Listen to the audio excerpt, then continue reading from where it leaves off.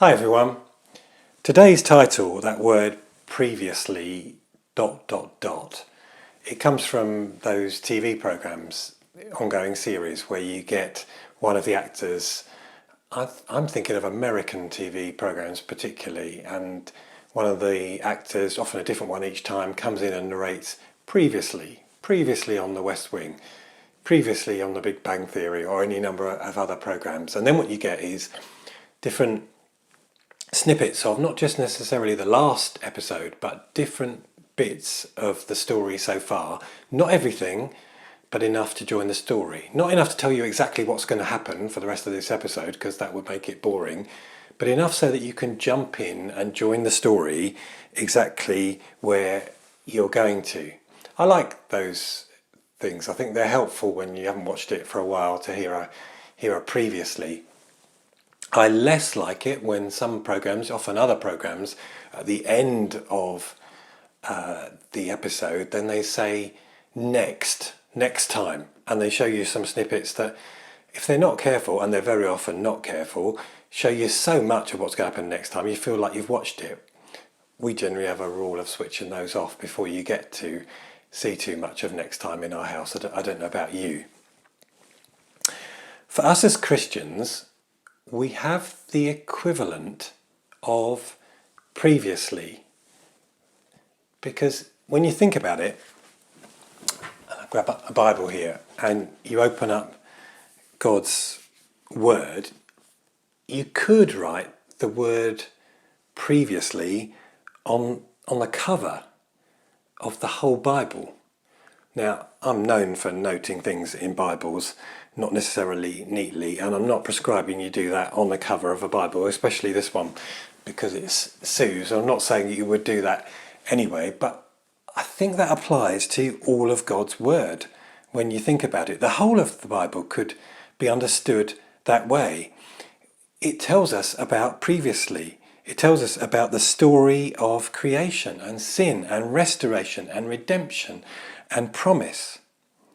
Some of it, of course, does point to the future, but it was still written previously, just as sometimes previously in a TV commentary before a program would be somebody predicting something that will happen.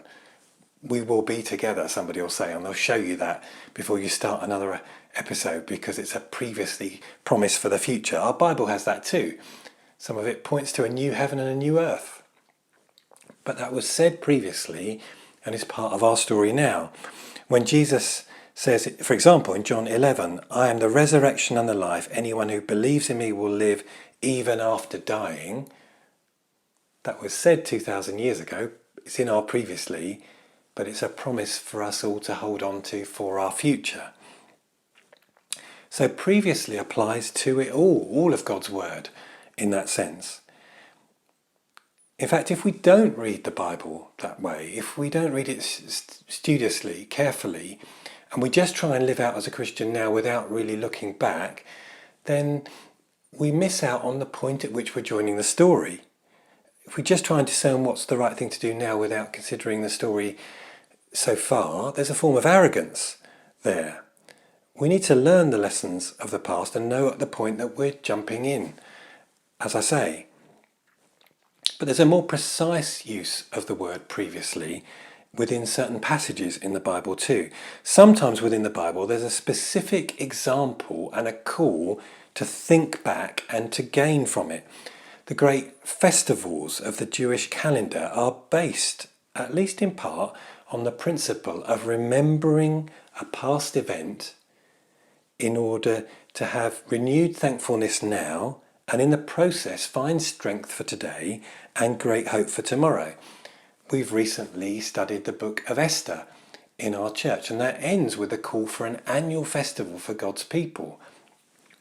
The Jewish people still have that today, the festival of Purim, to remember God's act of saving his people there in Persia, and to be thankful today for that past event, and that brings us shalom for today and for tomorrow.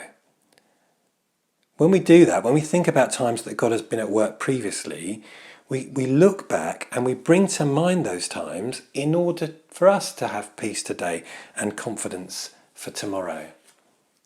I need a bit of that today, don't you? That's what this psalm is about. We can also look back with false, rosy tinted spectacles of the examples of the past, and that isn't helpful. The psalm ends, this psalm 77 ends, with pointing to God's provision for his people, his provision for them out of Egypt and into freedom. But when you look at that story, some of that story includes God's people in exile, out of exile, but in the desert, frequently looking back with rosy tinted spectacles. We don't have any meat, they say in Numbers. And in Egypt, we could eat all the fish we wanted, and there were cucumbers and melons and onions and garlic. Interesting mix, I always think, when I read that mix. But we're starving out here, and the only food we have is manna. They were looking back, but with only positive perspective and not the full perspective. This psalmist is in difficulty, he's in trouble.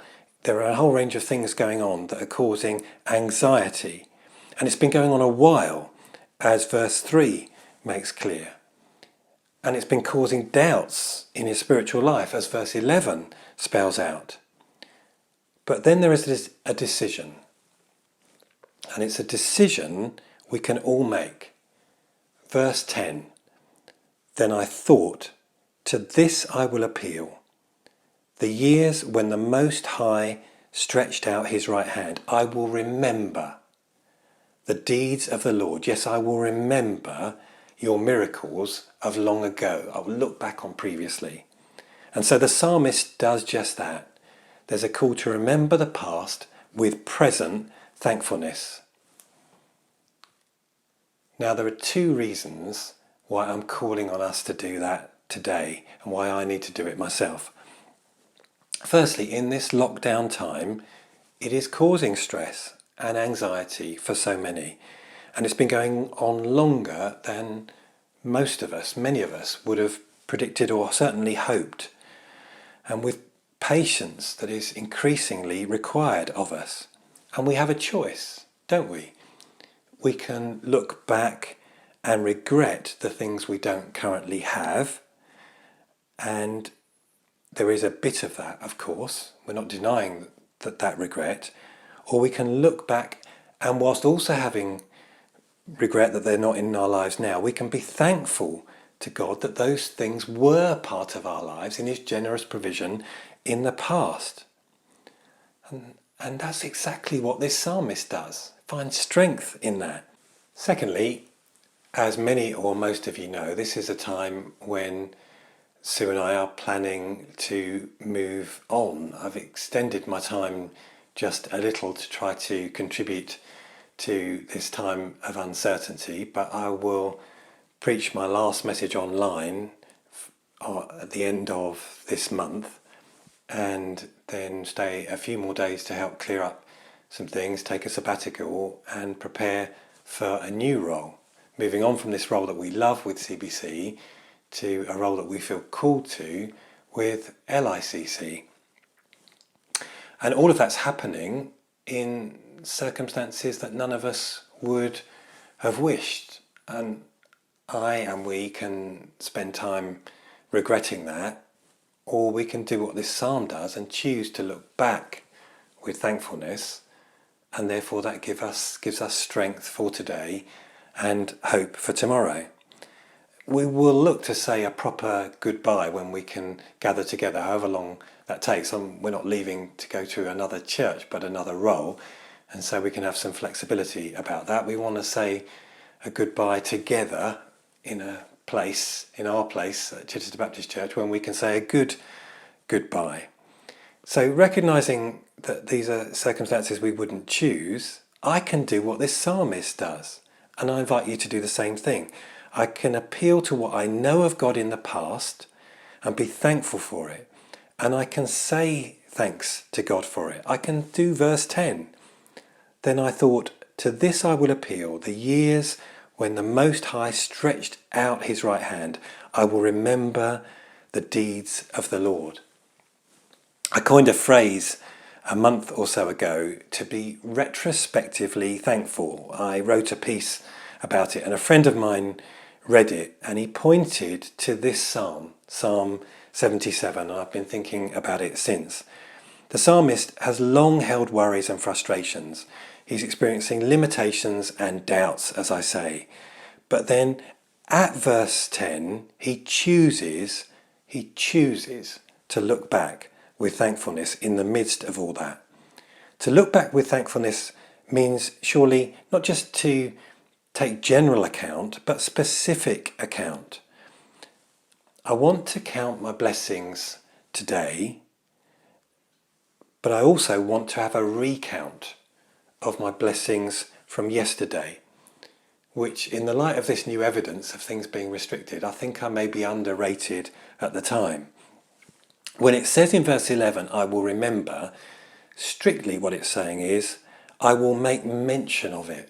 I will sigh about it, you could translate. I will sing about it. I will speak about it. I will talk about it. What it means is I will speak it out. And in verse 12, when it says, I will consider all of your works, that can sound so spiritual that we forget to actually list them. But it means spelling them out. There's something good for us in choosing to do that. So I'm in retrospectively thankful mood. I hope you are too. I'm thankful for seeing God at work in CBC in so many ways. Seeing God at work in the church that we joined in 1996, a church already reaching out in new ways long before I joined, with Ian White as minister and with the leaders and members then. I'm thankful for all the times that we've found God in our midst, although he was there always, of course. For people who've found him for the first time, for people who've re-found him, for every time we've moved towards God and found strength in doing so, and a plan for what he calls us to do. I'm thankful that we have always sought to equip people for the whole of their lives, rather than for just their church roles. I'm thankful that we have people across all the ages worshipping together. I'm thankful that the church has been willing to appoint me, first of all, back then, and then 3 years later to call me to be their senior minister, and for the hope they placed in us then. I'm thankful for the faith and vision involved in 3 lots of building projects in that time, at personal cost to those who've invested in them, to create facilities that help us to do more for the kingdom and still to be a church that don't emphasise what we have in our buildings and our physical facilities. I'm thankful that we looked and still look to reach out in new ways for the sake of those who might not find their way into church. I'm thankful that we've been able and willing to make new key appointments when we've grown, and therefore I'm thankful for the brilliant team that we have working for us now, and those who have spent time working for us and our church. Many of whom are still members in our church. I'm thankful for you. I'm thankful for the leaders who've served in the past and serve now. I'm thankful for the hundreds of volunteers who serve with gratitude and with a servant heart. I'm thankful for the agenda to keep looking up and out as well as in. CAP, Christians Against Poverty, being a key example of that. I'm thankful that we're generous in mission support, for the way that we work at and prize unity, and how so many have made sacrifices in style to prioritise the generations who might otherwise be walking away from church. I'm thankful for thousands of answers to prayer, for our alternative gatherings, for our less alternative gathered times, for shared moments in worship together, and so much more. I'm thankful for our church families' encouragement and support and love for my family as they've grown up here. That's my starter for 10. We can do this exercise, you see, that this psalm calls on. We can look back and give account, give voice to that, which we look back and are thankful for. And in doing so, find peace for today and for tomorrow. You see, I believe in the eternal timing of God. Therefore, it is not too late to look back on a past event with renewed thankfulness. That's what the Christian festivals and the Jewish festivals are so often about. So here is the exercise I've been doing, which this psalm does, which in another sense the whole of God's word does. It says previously and then looks back with thankfulness. In the midst of uncertainty, I choose to look back with thankfulness to the God I can depend on. I will remember the deeds of the Lord, and in so doing give thanks, and in the act of thanksgiving find peace, purpose and confidence. You know the simple thing that happens towards the end of this psalm, the end of all of that thanksgiving? Look it up if you've got a Bible in front of you now, or you've got it on a device. The word I disappears from the psalmist's vocabulary. The first 6 verses are dominated by the word I, as the psalmist regrets the current circumstances that they're in. Then in verse 10, they make that changing transformational decision that they're going to look back with thankfulness. And then as a result, the last 6 verses don't contain the word I at all, because the psalmist is focused on who God is and what God has done by then. It seems to me that a byproduct of thankfulness to God, some of the byproducts of thankfulness to God, are selflessness, confidence, and peace. Let me ask you, what are you retrospectively thankful for?